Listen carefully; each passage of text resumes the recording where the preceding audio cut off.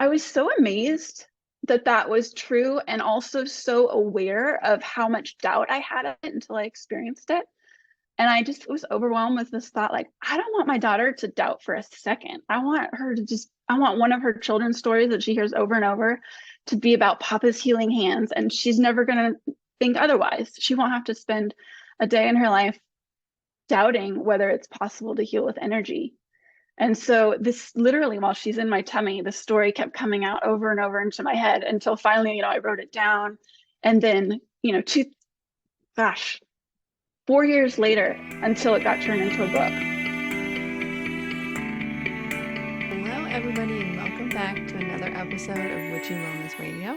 And again, this is a show you learn how your body and emotions are not in the way, they're actually leading the way. And today we have a beautiful guest as an example of that. My dear friend, she's also known as Jolene Joy Moss. We'll talk about that in a second. She is an internationally celebrated storyteller who is changing the story of energy healing in America. And I'm going to tell you a bit about how she can help.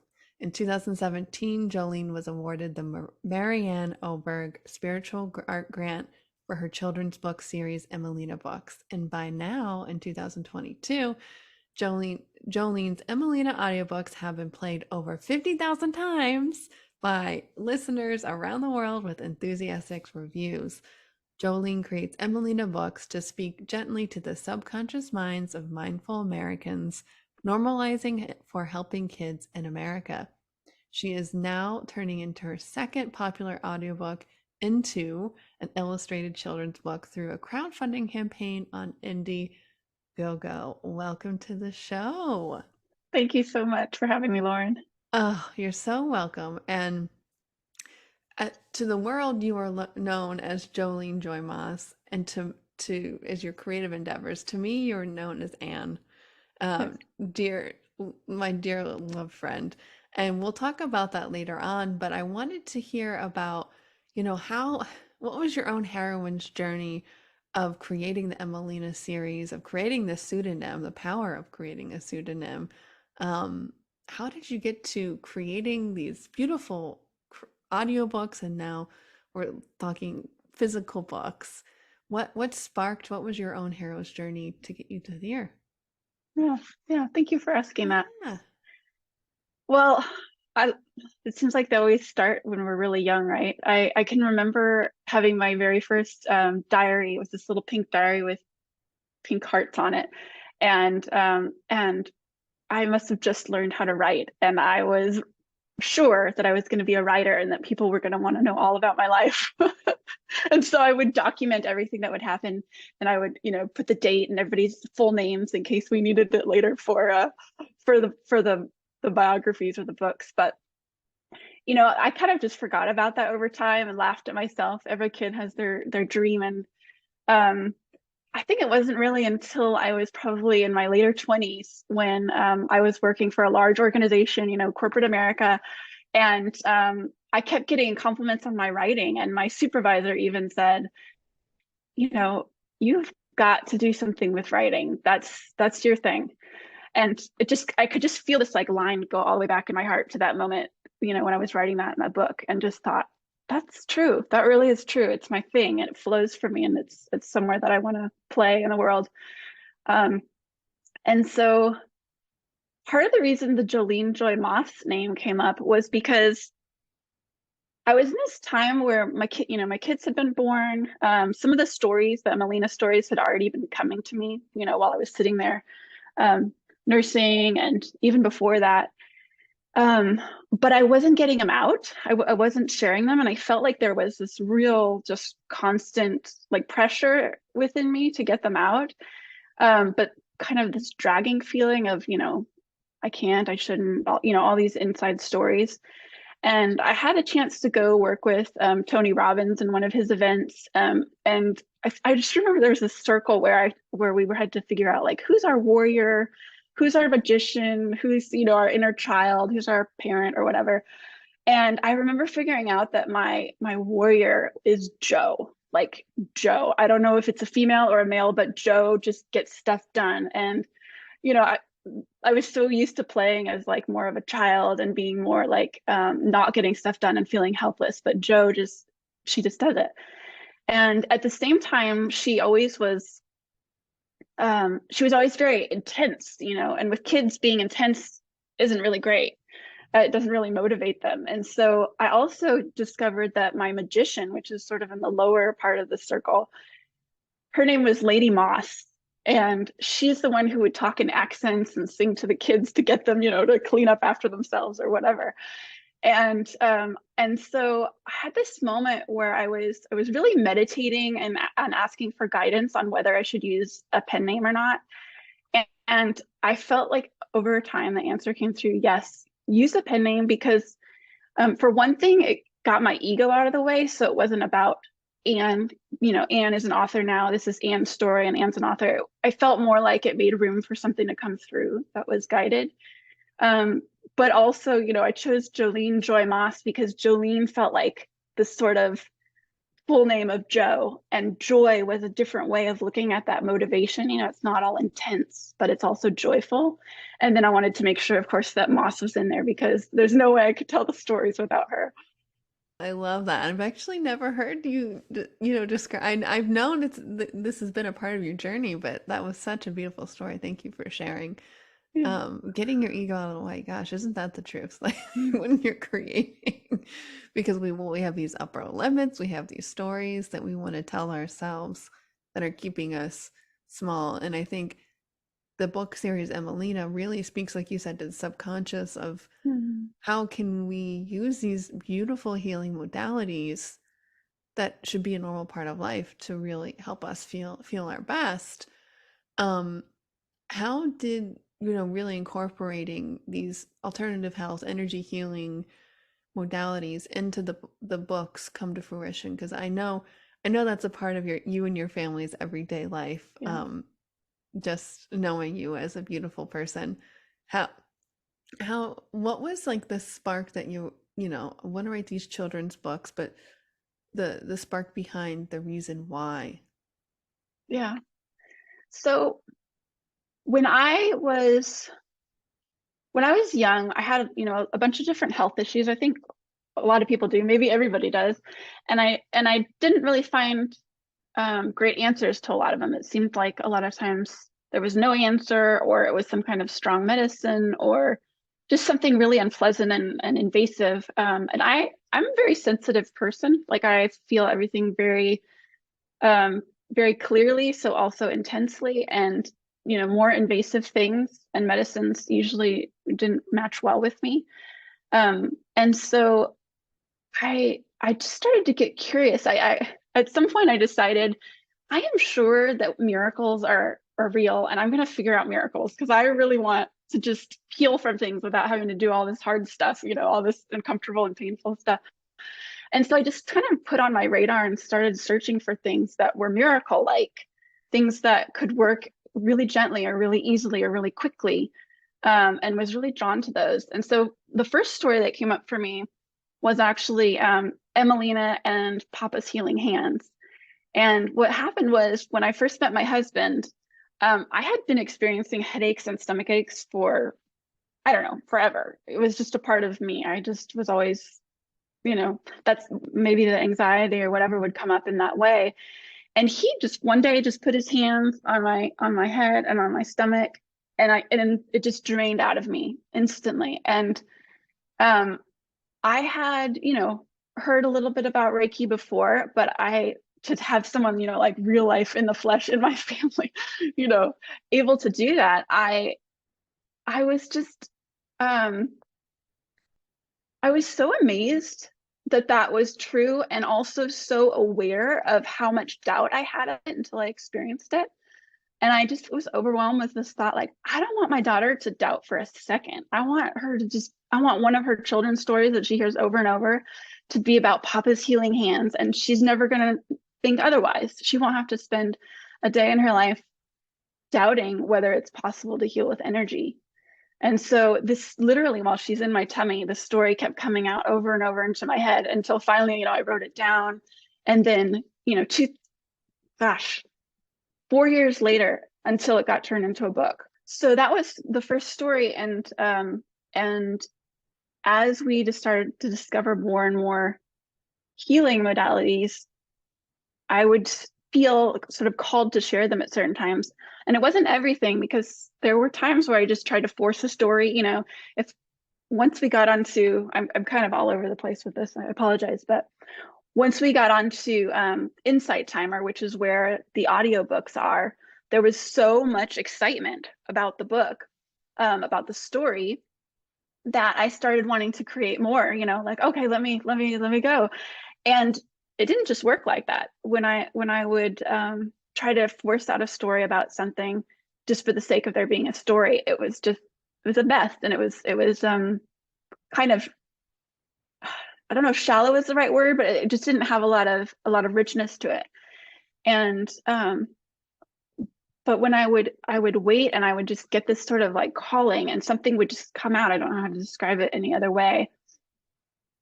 Those stories have been received with such rave reviews, and it's been just surprising and special for me to see that.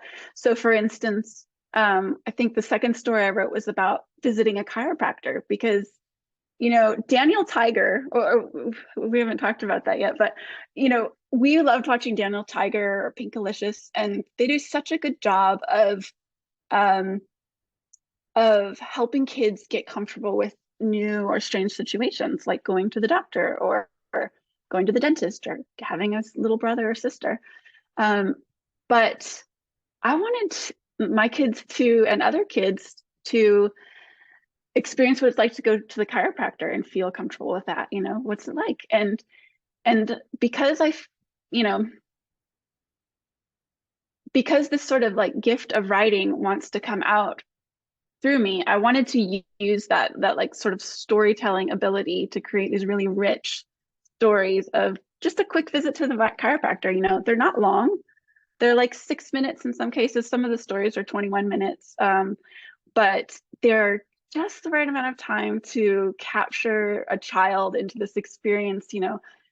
Emmalina might be out with a snail in the beginning of one, or she might be out with some frogs in the mud in another one. Just really experiencing nature and loving this sort of natural life before she goes into some kind of situation where she needs help from one of these remedies.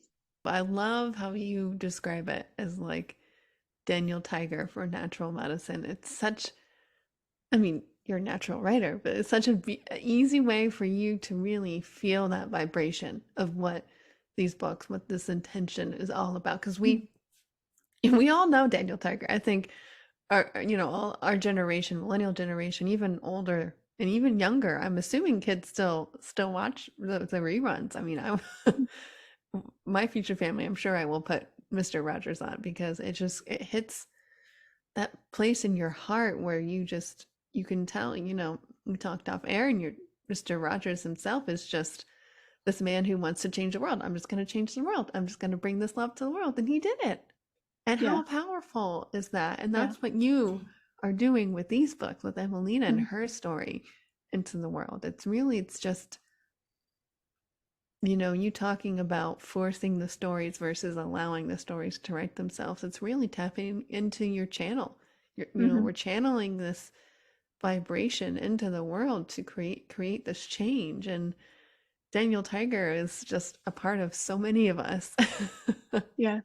So the newest book that you are currently crowdfunding, which is amazing, and I love the artwork, and the cover of it is just so beautiful, is Emmalina and the Bee Sting Remedy.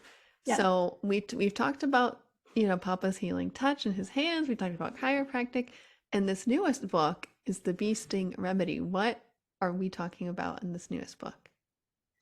So Emmalina and the Bee Sting Remedy introduces homeopathic remedies, which are really interesting because they're actually energetic remedies as well.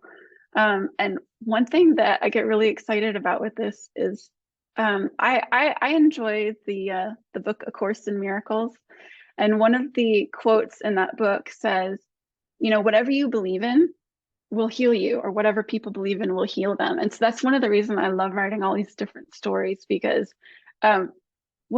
take whatever, if you want to use Reiki or homeopathy and homeopathy, But I like homeopathy because I wish I was a healer. Like I really wanted to be a healer. I was like, come on, give it to me. I want, the healing hands. But I keep getting this thing like, no, you got writing. You're going to do the writing job, And so I'm like, okay, so I'll write about these things. And what I love about homeopathy is that it's literally these sweet little tiny pills that are so easy to take. And they can be instead of a whole lot of different really harsh medicines. And so what happened with this story basically is that Emmalina, who's kind of based off of my own daughter and also probably off of my inner child, and just this curious child who loves to be out in nature. And she's out running, barefoot in the clover, having a good time. And she gets stung by a bee. And they're over at a friend's house, and the friend's mom, comes over to see what's going on, and they're kind of upset. The mom's upset, and Emmalina was upset. And she goes, "Oh, I have just the thing for you." And she takes them into, this place and pulls out this box with all these little like remedies inside of it, little white balls, and she says, "I have something just for bee stings." And Emmalina and her mom are just completely like in awe that there could possibly be something just for bee stings, because that's something you just kind of have to deal with, or you try to find something that might help relieve it a little bit, or you're allergic and you're terrified of bees, which I was terrified of bees growing up. So they were just so excited about there being this remedy for bee stings, and kind of asking, do you have a remedy in there for everything? And the mom is like, well, I've got, 4 boys and I need remedies for just about everything. But it was like this mind-blowing opening that there could be something really super easy to deal with a lot of problems. And so that's what this book is about. It's just told from a child's point of view, experiencing the feeling of the clover and what the scenery looks like and what the friends are like, and then having this remedy arrive. And it's gotten great reviews. The audiobook has gotten amazing reviews, really from all around the world. We've gotten people from New Zealand and India, also in the US, of course, Great Britain, just all over. People are commenting on this story, and it just made me realize that it's not just for kids, it's actually also for grown-ups. I'm getting comments from both kids and their parents, because the beautiful thing about children's stories is that they talk to our subconscious. Our subconscious likes to hear images, and it likes to hear stories, and it likes repetition. And when people are, wanting to listen to this story and read the book over and over again, it creates that repetition where all of a sudden something like homeopathy becomes normal in the mind, instead of having some kind of story behind it that's been created.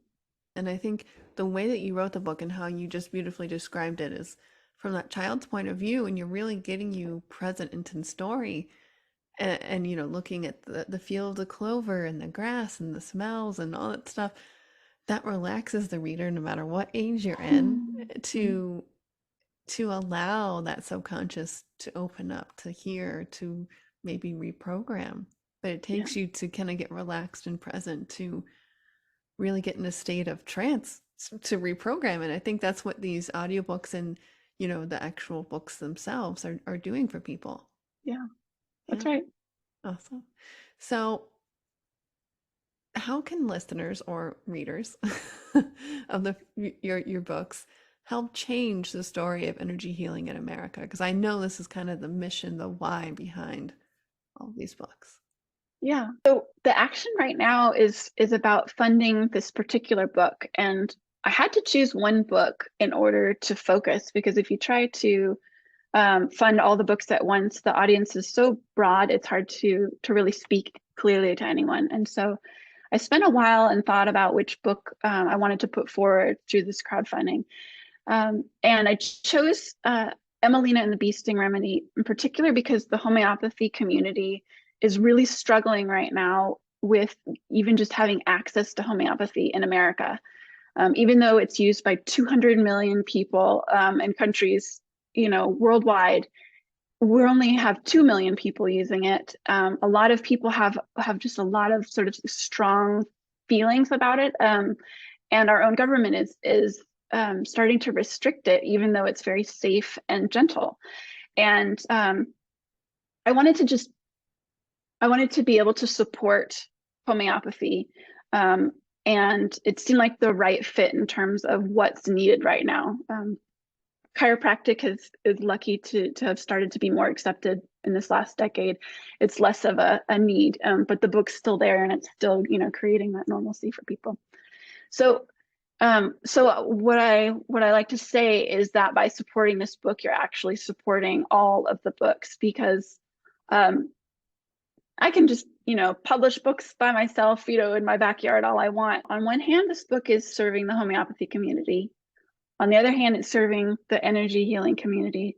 And then the third group that it's reaching out to are people who are wellness minded and seeking health, but haven't yet incorporated these kinds of modalities, homeopathy, for instance, in their lives. And that's who we really want to reach.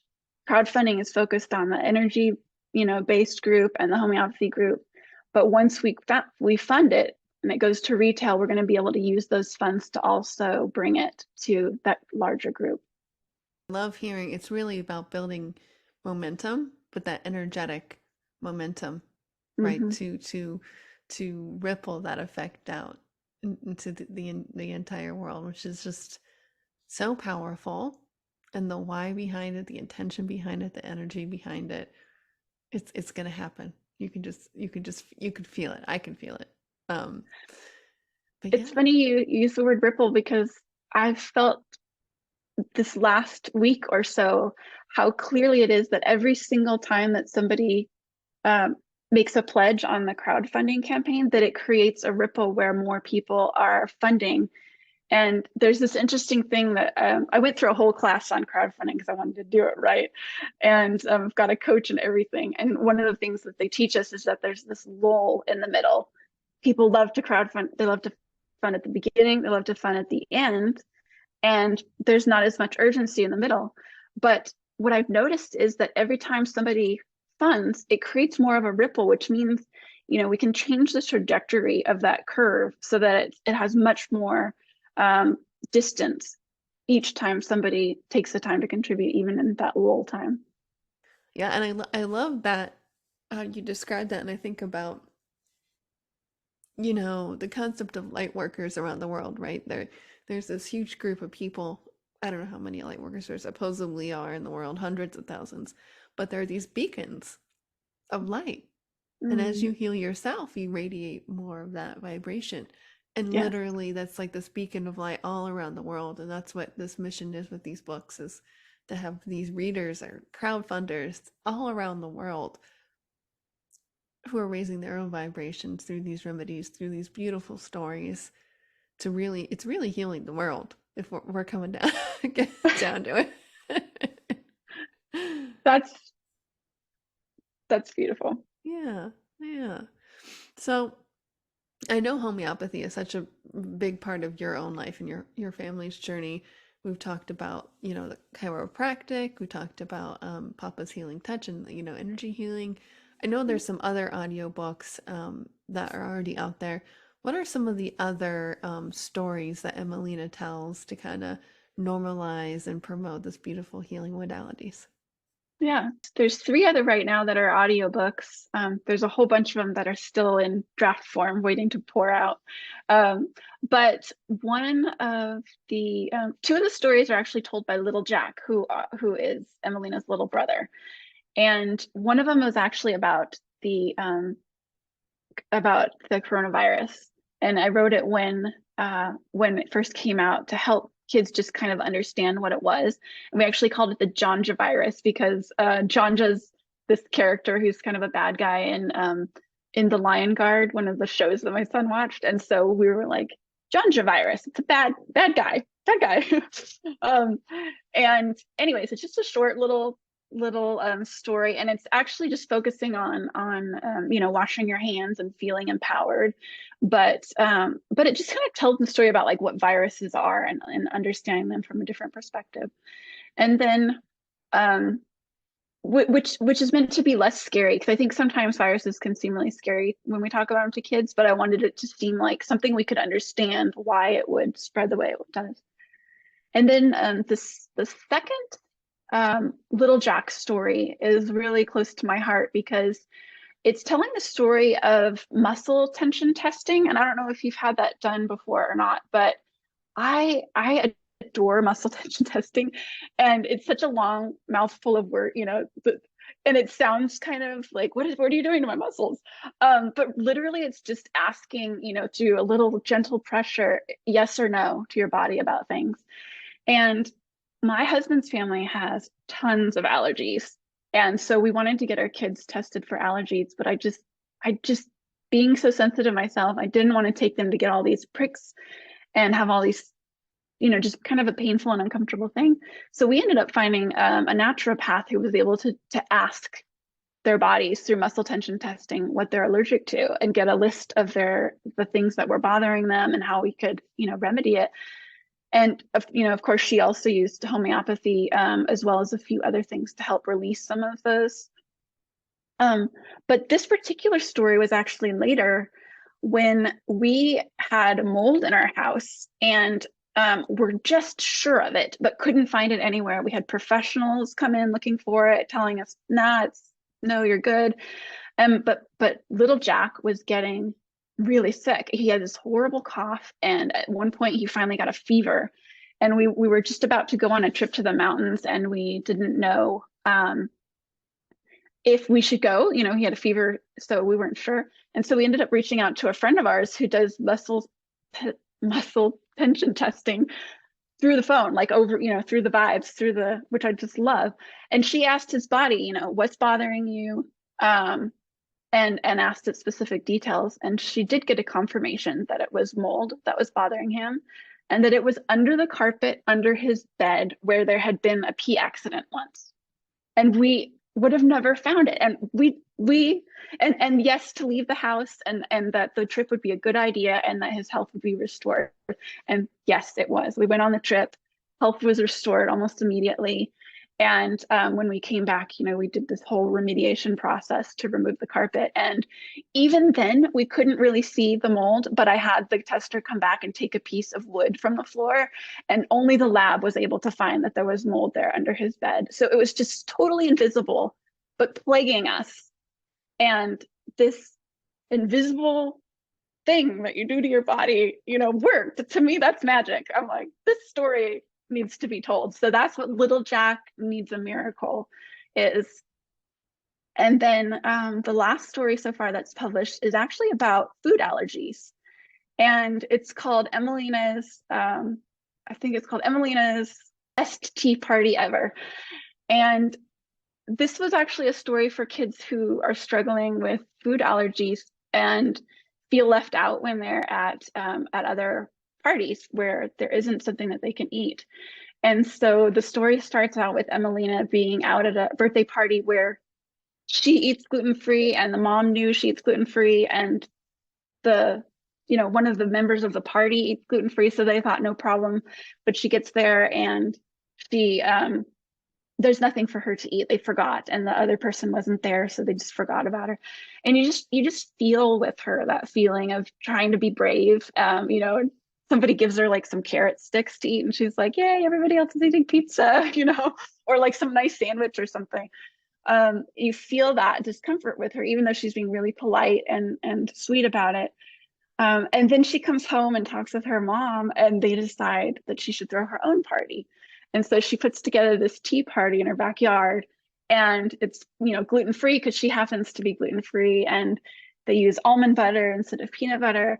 But she invites over her friends, and they all have different like food things that are going on. And so you kind of learn that different people are having different experiences with food, and things that Emmalina thought were safe actually were affecting somebody else. And so they all had to sort of dance around and figure out, I'll take these foods and you take those foods, and I'll sit over here. So, and then at the end, there's like deer walking by, and everybody's just like, this is the best tea party ever. But you kind of just go with these ups and downs of that struggle of, the foods that you can and can't eat through a child's perspective. Beautiful. And I love what you said. It's magic, these unseen forces, whether it's the mold Hmm. led you guys, the mold led to this story Mm. of discovering an unseen magic even more, right? And Yeah. trusting in that magic. And it's really about trusting and listening to your body. Like the last story is what works for you in your body and it's your truth might not work for everybody else. And Yes. being okay with that. Your truth is different than other people's truth, but it doesn't mean that their truth is less than. Yes. Yeah. Yeah. That's been a real challenge with the stories because I realize that I'm telling my own experiences and my kids' experiences. And I want people to hear them as this is what's possible, this is what you could be experiencing, but also knowing that their experience might be different. And so that's why a lot of times I try to keep the stories really short and sweet without going into too much detail about what other people are going to be experiencing, knowing that it'll be a little different. Even with the bee sting remedy, I've been talking with some classically trained homeopaths this month, and that remedy doesn't work for everybody the same way. Everybody's body takes them different ways, but there are other remedies that do work on them. So it's about really learning about yourself and which remedies speak to your body. Thank you so much for coming on here. It's such an honor to have my dear friend on here. It just makes it even more fun for me for the world to see my loved ones just shine so bright in their own just Thank glory. you. Yeah, you're welcome. And we close the show out the same way every week as the listeners and myself. How may we, as an act of gratitude, be of service for you in return today? You gave this great recommendation earlier to say go hug a tree, and that sounds really good. I want to say that, but let's be honest. I really really would love your support in the crowdfunding campaign, and the sooner the better. It actually ends on March 17th, but I would just ask that you be one of those ripples, that you create one of those ripples and be one of the early supporters that gets us farther faster, so that we can meet the goal with ease. Beautiful, beautiful. Thank you so much, Anne, for listening to your inner child, your inner warrior, your writer, all of you, in taking this beautiful, inspired action that's going to ripple. It's already rippling out into the world. Thank you.